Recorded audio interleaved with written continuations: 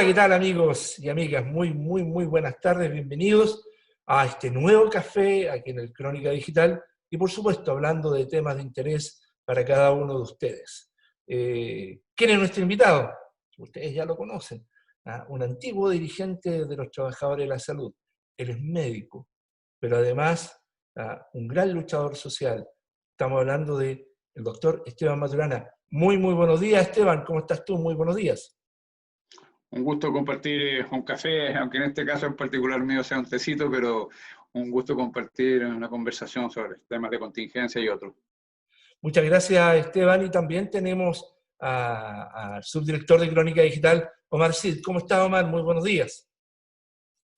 Buenos días, Iván. Buenos días, Esteban. Un gusto estar con ustedes Un hoy, gusto, sí. esta mañana.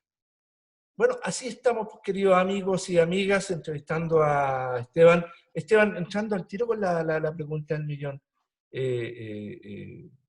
¿Cómo están los trabajadores de la salud después de un poquito más de 3 meses de pandemia? No estamos bien, estamos complicados, porque estamos enfrentando una situación extremadamente compleja en nuestro país, resultado de una gestión que nosotros hemos calificado como organizaciones de catastrófica por parte del gobierno, un problema que se veía venir. Las evidencias de lo que podía ocurrir en nuestro país fueron conocidas con bastante antelación, fueron conocidas a raíz de la experiencia que vivió China, Italia y España en particular, además de otros países en distintos lugares del mundo. Y otros países con un sello distinto lo manejaron de otra manera. Entonces, cuando a Chile llega la pandemia en el mes de marzo, tuvimos el primer caso que en realidad no partió en marzo, habían otros casos previos probablemente, se suponía que estábamos preparados, ese era el discurso de Mañalich, ese era el discurso de Piñera, pero la verdad es que Chile nunca estuvo preparado para la pandemia y nos ha tocado enfrentar esta situación compleja a nivel nacional con un descriterio absoluto por parte del gobierno en cuanto a manejo de la pandemia. Y esto obviamente ha castigado a la población durísimamente. Hoy día estamos lamentando ya cerca de 8.000 muertos, más de 200.000 casos. Estamos a nivel mundial en el primer lugar, lo que no es para nada motivo de orgullo, en el número de casos contra millón de habitantes. Y sumado eso a las 8.000 muertes, claramente es una situación durísima. Y por supuesto también con la convicción de que todavía falta que llegue lo peor. Estamos en la fase exponencial de la curva de crecimiento del coronavirus y esta fase exponencial va a continuar por lo menos algunas semanas más. Desde el punto de vista de los trabajadores y trabajadoras de la salud, tanto en el mundo de la atención hospitalaria como la atención ambulatoria, la situación ha sido extremadamente tensa. En el mundo hospitalario ya es un hecho de la realidad, más allá de que el gobierno lo niega sistemáticamente, incluido el nuevo ministro París, pero los hospitales están colapsados. Los servicios de urgencia están colapsados, las unidades críticas están colapsadas, particularmente en la región metropolitana, donde la situación ha sido extremadamente dura, y son situaciones que probablemente se van a repetir en la quinta región y en la octava región. Cuestión de que el coronavirus llegue a los cerros de Valparaíso para que la situación se ponga extremadamente compleja, y no solamente en Valparaíso. Viña también tiene poblaciones bastante vulnerables en todo su territorio y también va a sufrir las mismas consecuencias, que es decir, de la octava región y en otras regiones del país. Tenemos ya trabajadores contagiados, muchos trabajadores y trabajadoras nuestras contagiados. En atención primaria tenemos 7. Perdón, pero se está hablando de 1/3 de los trabajadores de la salud contagiados. Efectivamente, y eso tiene su lógica. Nosotros estamos en contacto directo con las personas que son portadores del coronavirus y precisamente a eso quería apuntar. Nosotros estamos haciendo nuestro trabajo en condiciones muy duras. Uno, por la carga asistencial, que es brutal, que es muy superior a la capacidad real del sistema de poder atender a la gente, pero lo otro que es grave, y esto es una responsabilidad absolutamente del gobierno, es que nuestro personal carece de los elementos de protección personal necesarios para poder enfrentar el tratamiento en condiciones de protección de él y de su familia. No es así que muchos profesionales y no profesionales que tienen atención directa a pacientes han optado por no volver a sus casas, se han ido a residencias, a hoteles, a pensiones, para evitar contagiar a la familia en caso de que ellos contraigan el coronavirus. ¿Por qué? Porque no se les han entregado los elementos de protección personal necesarios para poder hacerlo. Y de hecho también en la atención primaria la situación es crítica, porque a nuestro personal, con mayor razón, como se supone que nosotros no estamos en el ámbito del hospitalario, no estamos, por supuesto, pero se supone por parte de algún ideólogo sanitario del gobierno que tendríamos menos niveles de exposición, menos riesgo de exposición. Los datos están demostrando lo contrario. Hay más muertos por coronavirus en la atención primaria que en el mundo hospitalario. Y los muertos nuestros son no necesariamente gente que atiende directamente a pacientes, son conductores de ambulancia y administrativos. Si vemos un conductor de ambulancia de atención primaria, lo vemos con una mascarilla quirúrgica, que es una mascarilla que cubre la boca, que cubre la nariz, pero que no nos garantiza la protección necesaria. Deberíamos partir por contar con mascarillas N95, máscaras faciales, escudos faciales, cosas plásticas que se pone uno desde la cabeza y que tapan completamente la cara, etcétera. Y no lo tenemos. O sea, yo comparo, por ejemplo, lo que es un conductor de ambulancia de una clínica privada y parece astronauta cuando lo vemos salir de la ambulancia, igual en lo que son los servicios hospitalarios. Y los nuestros son gente que tiene su delantalcito blanco, si es que, y su mascarilla quirúrgica. Con eso está absolutamente desprotegido y están los resultados. Obviamente, hay que decir del tema de salud mental de nuestra gente. O sea, el nivel de estrés es brutal. Disculpa, Esteban, eso significa que también ha tenido costo en vida el hecho de esta desprotección. Efectivamente, estamos en una situación bastante frágil respecto a las posibilidades de infectarnos y eso explica, digamos, que más o menos un tercio del personal de salud, tanto a nivel hospitalario como a nivel municipal, vaya a sufrir contagio.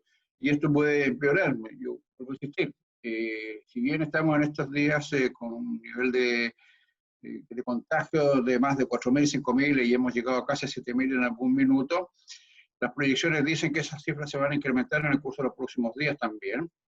Hay en estos días un manejo de cifras distinto por parte de la actual autoridad, han ido disminuyendo los casos, pero la verdad es que falta muchísimo todavía camino que recorrer. Se está hablando, según proyecciones de la Escuela de Salud Pública y otras instituciones, de 200 a 300 muertes diarias. Ya se supo en el país que el gobierno anterior, el ministro anterior estaba manejando las cifras de manera muy mafiosa, escondiendo casos, escondió 31.000 contagiados, escondió 3.000 muertos, y obviamente todavía no tenemos ni siquiera la certeza real de si esta cantidad de muertos que tenemos hoy día son los reales, y la impresión que tenemos es que son más que eso porque hay muertos que no se están contando, los que mueren a domicilio, los que mueren en calle, etcétera, etcétera. Entonces, obviamente tenemos un escenario a futuro todavía extremadamente complejo, con un nuevo ministro que tiene un poco más de criterio que el anterior, no es tan torpe desde el punto de vista de sus relaciones personales. Mañalich es un tipo extremadamente autoritario, prepotente, grosero, muy grosero, terco, obstinado, de un nivel de prepotencia y autoritarismo inaceptable en una autoridad de gobierno. Lo conocimos en su anterior gestión como ministro en el primer gobierno de Piñera, y lo recordamos por alguna frasecita para el bronce que se mandó con nosotros en aquella época, en una reunión con directores de departamento de salud municipal, dijo que él iba a ser recordado como el hueón que se cagó la Confusam. Lo dijo literalmente, eso apareció hasta en los medios de prensa, la televisión nacional ahí lo puso alguna vez en las noticias, este comentario tan chistoso, entre comillas, del ministro de Salud. Ese es Mañalich, el tipo que lo aborda un periodista en un auto y dice, tú no sabes con qué te estás metiendo. O sea, un tipo que se siente por encima del bien y del mal, que está absolutamente resguardado y protegido. Y sí, está resguardado y protegido por otro mafioso que es el presidente de la República, que tal como ha salido en estos días ahí en algunos memes, abrió el banco de Talca, abrió la bóveda del banco de Talca y no iba a abrir un ataúd. Oye, en ese contexto, Esteban, se han presentado en los últimos días 2 querellas que han sido aceptadas por la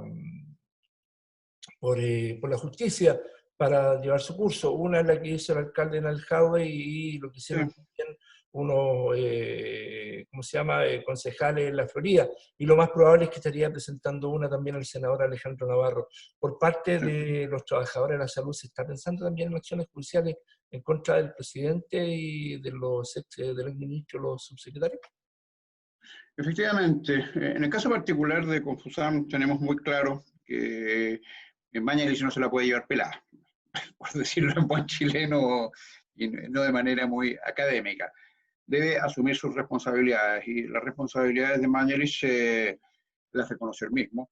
Él señaló que los modelos que le habían planteado y que con los que lo habían seducido, palabra bastante poco feliz, por supuesto, en este caso, resultaron derrumbándose como un castillo de naipes.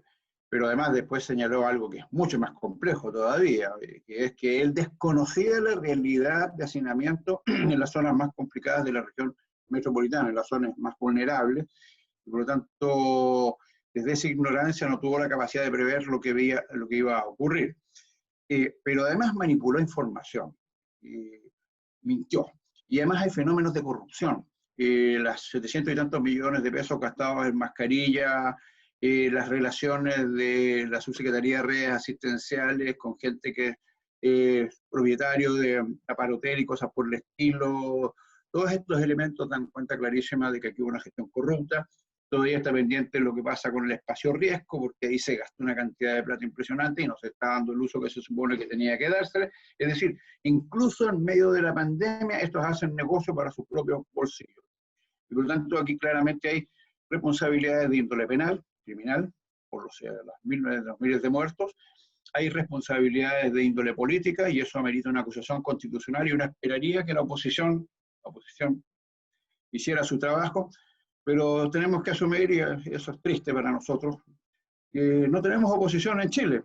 Tenemos dos evidencias categóricas de la inexistencia de una oposición, lo que fue el acuerdo del 12 de noviembre por la paz y la nueva constitución, un acuerdo para salvar a la clase política, no es un acuerdo para el país, es un acuerdo para ellos, para resguardar y proteger sus intereses y su condición de privilegio.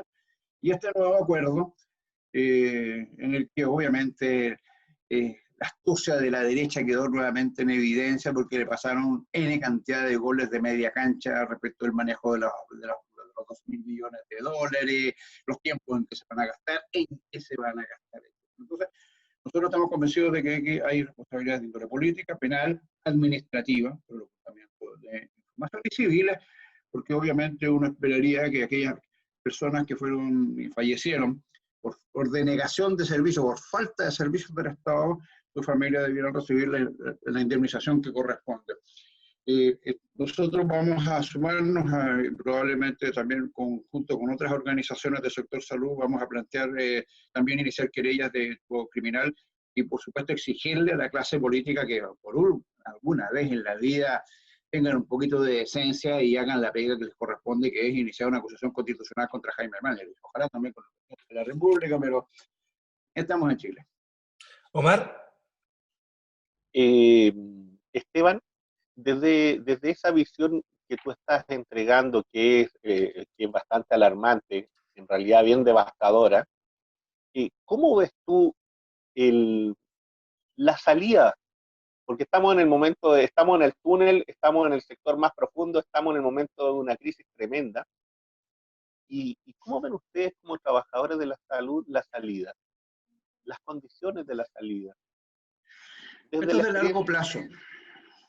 Esto es de largo plazo. Hoy día conocimos un informe de una profesional de la salud que fue subsecretaria, Janet Vega, que le dan a conocer un informe lapidario, lo habíamos comentado previamente, un informe que se hizo financiado por el Banco Mundial y por la Organización Mundial de la Salud, y que viene a refrendar otras expectativas que se habían formado, por ejemplo, en el foro de Davos. Ahí Bill Gates en algún minuto planteó este escenario complejo, eso ha sido público. Y ese informe de la OMS dice que nosotros vamos a estar en modo pandemia hasta el término del año 2021, es decir, vamos a seguir sufriendo las consecuencias del COVID-19 hasta el año 2021. Y se habla de que no hay retorno a clases este año, y yo esperaría que no, por supuesto, porque eso nos ha permitido algo que nos ha ido salvando un poco el escenario complejo que tenemos. Y en este momento el único virus que está circulando respiratorio es el coronavirus, el SARS-CoV-2. Porque los niños no están en clase, porque hubo una vacunación previa. No está circulando influenza, no está circulando el virus respiratorio sincicial, no está circulando adenovirus. Y eso para nosotros ha sido un alivio tremendo. Lo único que está circulando en este minuto es coronavirus. Y por lo tanto, otro de los descriterios de Mañalich fue que según él había sido un grave error que se suspendieran las clases. El grave error habría sido precisamente no suspender las clases o retomarlas, como pretendió en algún minuto el ministro de Educación. Fíjense que de modo muy extraño desapareció de pantalla, de repente no hemos vuelto a ver más al ex subsecretario y hoy ministro de Educación. Eso tiene que ver con que finalmente se hicieron cargo y se dieron cuenta de la torpeza con que estaban manejando el tema educacional. Así que las expectativas son de un país que va a seguir teniendo una cantidad importante de casos, un número creciente de muertes. El propio gobierno en su minuto mandó a comprar 10.000 bolsas virtuales, por si quieren algún antecedente que nos permita proyectar esto. Mandaron a solicitar a los cementerios del país que se abrieran fosas, una mayor cantidad de tumbas, para poder acopiar el número de fallecidos.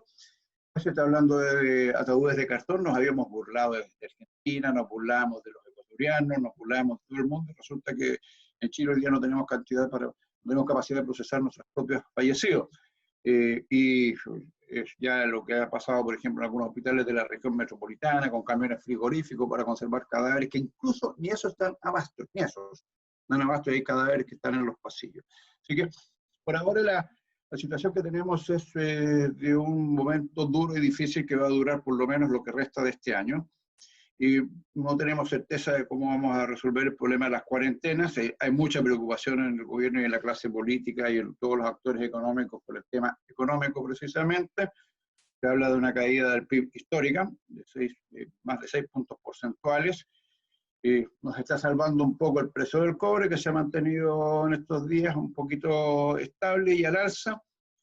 Pero obviamente lo que veremos en el curso futuro es un cuadro complejo desde el punto de vista sanitario, muy delicado desde el punto de vista socioeconómico, y por supuesto, estamos en Chile, y eso significa que las consecuencias las van a pagar los grupos de siempre, es decir, los sectores más vulnerables, los que se van a quedar desempleados, los que van a quedarse sin ingresos, los que van a pagar con el mayor número de muertos las consecuencias de una pandemia desastrosamente manejada por un gobierno desastroso.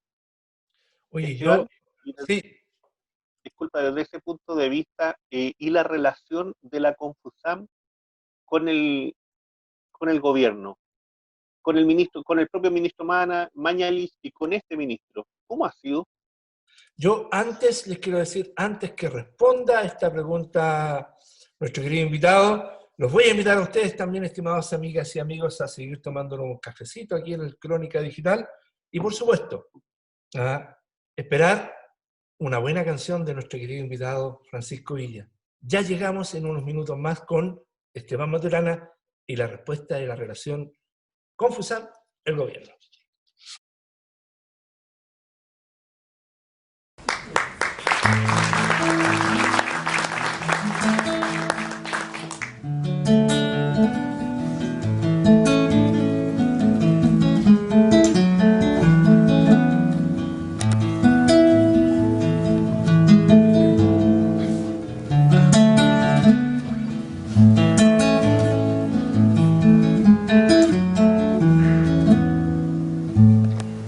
Yo soy de la generación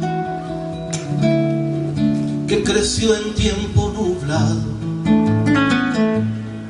la que cargó con el pecado de todo lo anterior, aquella que con temor vio cómo quemaban libros y transformaban el himno que en el colegio aprendió.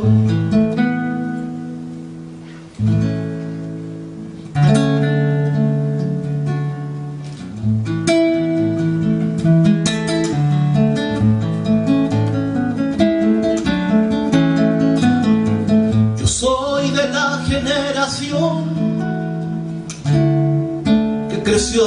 tropas de marchas, la que vivió la avalancha de la mordaza y rigor, esa que un poco mayor pateó piedras en las calles y que a pesar de pesares supo de lucha y amor. Yo soy de esa generación, la que hoy busca un nuevo camino para recuperar el tiempo, para sentir el sonido del agua limpia corriendo.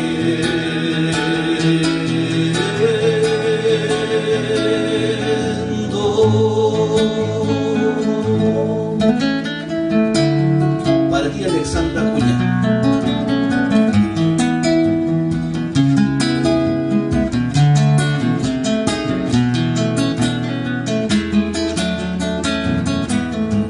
Yo soy de la generación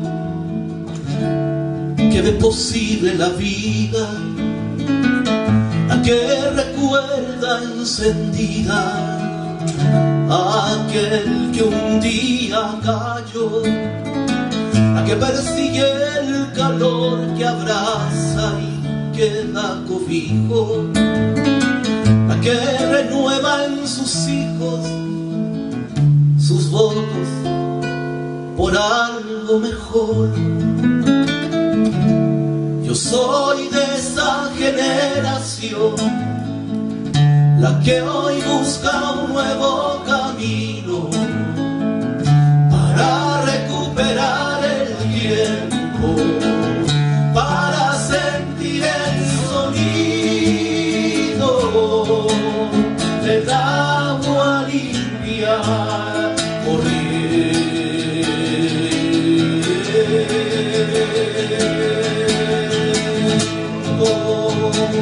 Yo soy de esa generación, la que hoy busca un nuevo camino para recuperar el tiempo, para sentir el sonido del agua limpia corriendo.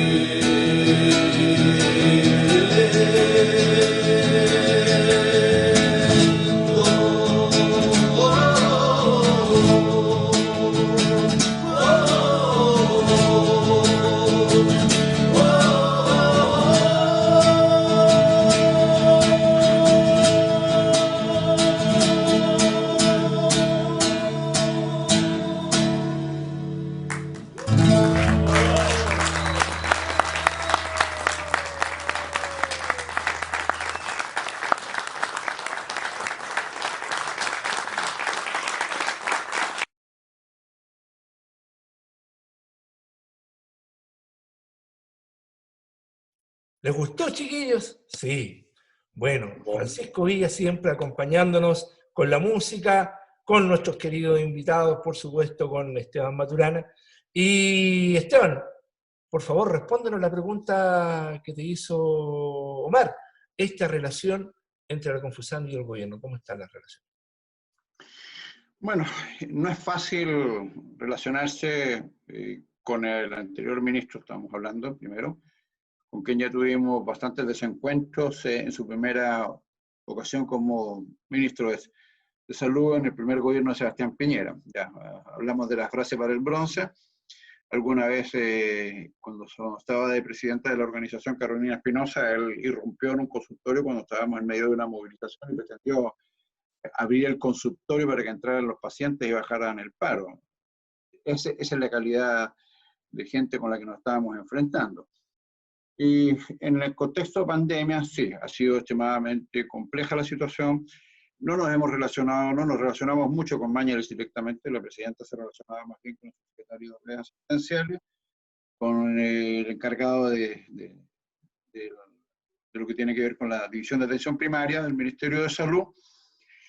Hay en reuniones por Zoom todos los lunes, pero en esas reuniones obviamente los gremios planteábamos todos nuestros problemas, nuestras inquietudes, nuestras formas de entender cómo se debía manejar la pandemia.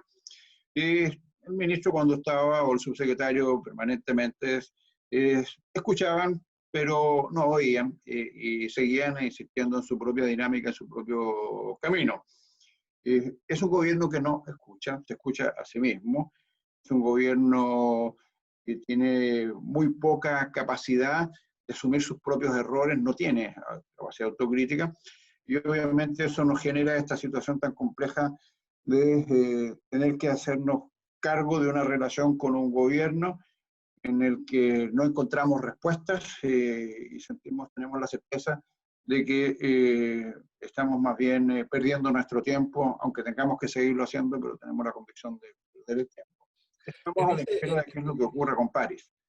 En ese contexto, Esteban, en la semana un grupo de científicos chilenos proyectaron la posibilidad de 70.000 muertos de aquí a fin de año. ¿Ustedes concuerdan con esa visión de los científicos o cuál es la mirada que tienen? No entendí la parte de los científicos. ¿Qué es lo que decían ellos? Sostuvieron de que iban a haber cerca de 70.000 muertos en Chile. Ah, sí. Decía, lo habíamos comentado ese estudio. No es el único estudio, hay un estudio internacional también sobre esto. Y tiene que ver con las proyecciones de las cifras. A ver, nosotros tenemos cada día miles de casos. Llevamos ya casi un mes conociendo que cada día hay 5.000, 4.000, 6.000, casi 7.000 casos. Del total de casos que conocemos cada día son gente que se le detecta el PCR, hay también todo un rezago en PCR importantísimo de 2 a 3 semanas, por la poca capacidad de los laboratorios de poder procesar todas las muestras. Hay mucha muestra que se está perdiendo también, pero si suponemos que tenemos en las últimas semanas 30.000 o 40.000 personas con PCR positivo, estas personas en el curso de las próximas 2 a 3 semanas van a ser enfermedad grave en un porcentaje de más o menos de un 5% de ellos. Ese 5% van a requerir camas críticas y un porcentaje importante de ellos va a requerir también asistencia mecánica, ventilatoria, y también un porcentaje de ellos no menor va a fallecer. Según el gobierno eran cifras del orden del 1 y tantos por ciento, la verdad es que son bastante más altas que el 1 y tantos por ciento. Entonces nuestras proyecciones son de que vamos a tener el sistema hospitalario absolutamente colapsado. Hay una propuesta ahí de parte del gobierno que nosotros rechazamos, y es hospitalizar personas en atención primaria. Rechazamos no porque no tengamos la posibilidad de hacerlo, sino porque en las condiciones actuales de atención primaria no está la opción de poder hospitalizar porque no están dadas las condiciones. Hospitalizar pacientes no es simplemente ponerlo en una cama.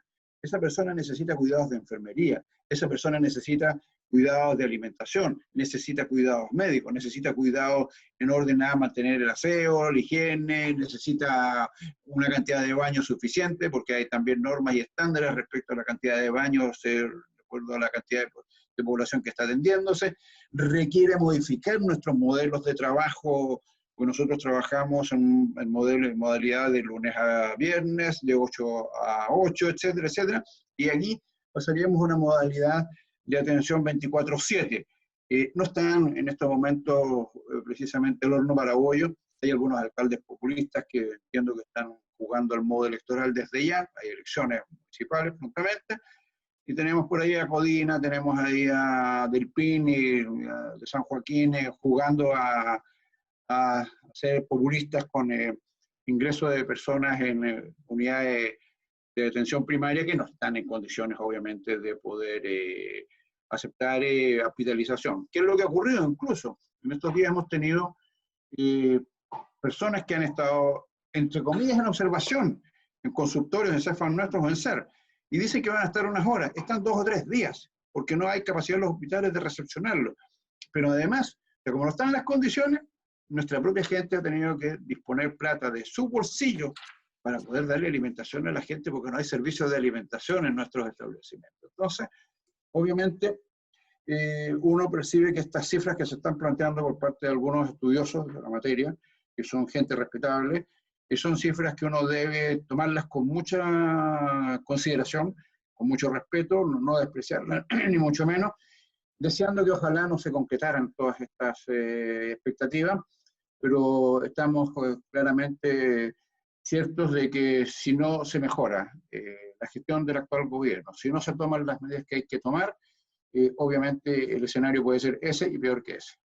Esteban, una de las últimas preguntas, sin duda el Colegio de Enfermeras ha llamado y el gobierno ha aceptado la propuesta de que estudiantes de enfermería acudan a los hospitales. En este contexto, no ha sucedido al parecer lo mismo con los estudiantes para TENS, los estudiantes técnicos paramédicos. Es necesario de que aquellos estudiantes que se incorporen hoy día al proceso de atención en los CEFAM y en los hospitales, entendiendo que hoy día se necesita una cantidad importante de personal? Bueno, las condiciones van a ir forzando que todas las cosas que tengan que ocurrir, ocurran. Efectivamente, hemos vivido experiencias de terremotos, por ejemplo. Sabemos perfectamente bien que en condiciones de terremoto uno tiene que hacer uso de todos los recursos que tengan algún grado de conocimiento en materias en las que se requiere trabajo. Y en el caso particular de salud, obviamente estudiantes de medicina, estudiantes de enfermería, estudiantes de cada una de las profesiones de la salud, estudiantes de técnicos de nivel superior, con algún grado ya de desarrollo en su respectiva carrera, pueden ser un refuerzo importante, porque además hemos conversado sobre eso. El porcentaje de gente nuestra que está contagiándose es sustantivo, tenemos muchísima gente en cuarentena, y obviamente esto va a seguir escalando en el curso de las próximas semanas. Así que uno esperaría que todas aquellas estudiantes que tengan la opción de poder apoyar y respaldar nuestro trabajo, obviamente son muy, muy, muy bienvenidos. Omar, última pregunta. Esteban, a nivel personal, esta pandemia indudablemente nos trae formas de actuar, formas de vivir que son distintas. Formas de relacionarnos con el espacio también privado y público distintas. Estamos hablando por la web. ¿Cómo ha sido para ti este periodo?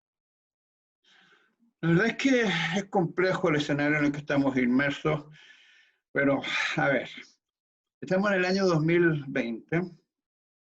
Yo creo que todos los que estamos acá hemos sido aficionados a la lectura. Y uno recuerda Mundo Feliz de Aldous Huxley y otras obras que hablan y proyectan el mundo futuro. Y el mundo futuro es el mundo del teletrabajo, el mundo futuro es de las formas de comunicación como las que estamos viviendo en este minuto. Va a ser una transición muy difícil y particularmente para el mundo latino, que somos además seres humanos que tendemos a relacionarnos no solamente desde el punto de vista de la comunicación audiovisual personal, nos gusta escucharnos, nos gusta vernos, también nos gusta tocarnos, somos mucha gente de piel. Entonces este contexto en el que no podemos abrazarnos, no podemos tocarnos, darnos las manos, etcétera, es un contexto que ha sido muy duro de asumir por parte de nuestra gente. Pero también, o sea, qué triste es, y Chile tiene una larga experiencia en esto, no poder, por ejemplo, realizar los ritos de la muerte. La muerte es un momento importante en la vida de todo ser humano y del contexto que rodea a ese ser humano. Y los ritos de la muerte son fundamentales en una sociedad sana. El que mucha gente no haya podido enterrar a sus muertos, compartir el dolor con la familia, hacer todo el proceso de cierre de esa herida es complejo. Pero además si tenemos un presidente que se burla del país de la manera en que se burla del país este presidente, con su exministro del Interior y primo además de él, claramente es mucho más doloroso, más complejo y más difícil. ¿Qué es lo que uno espera de nosotros y de nuestra gente, y particularmente los que tenemos una mirada distinta del mundo? Que seamos capaces de articularnos, que seamos capaces de generar una fuerza social y política, porque hoy día no tenemos oposición en el país y debemos apelar, por lo tanto, a la sociedad en su conjunto, debemos apelar a la ciudadanía, debemos apelar a todos aquellos que sienten que el actual gobierno y la actual clase política no está a la altura del desafío de construir una sociedad más justa. con esa gente tendremos que empezar a buscar la forma de construir un país distinto al que tenemos hoy en día. Yo te quiero agradecer enormemente, estimado Esteban, aquí tomándole un cafecito en el Crónica Digital. Esperamos volverte a ver en nuestro café en la Plaza Brasil. A ti, querido Omar, también muy buenas tardes, muchas gracias y nos esperamos ver muy pronto. Y por supuesto a todos los trabajadores de la salud y a todos ustedes, estimados amigos y amigas, un abrazo a la distancia y mucha fuerza y a cuidarse. A cuidarse, un gusto haber compartido. Hasta luego. Hasta luego, muchas gracias.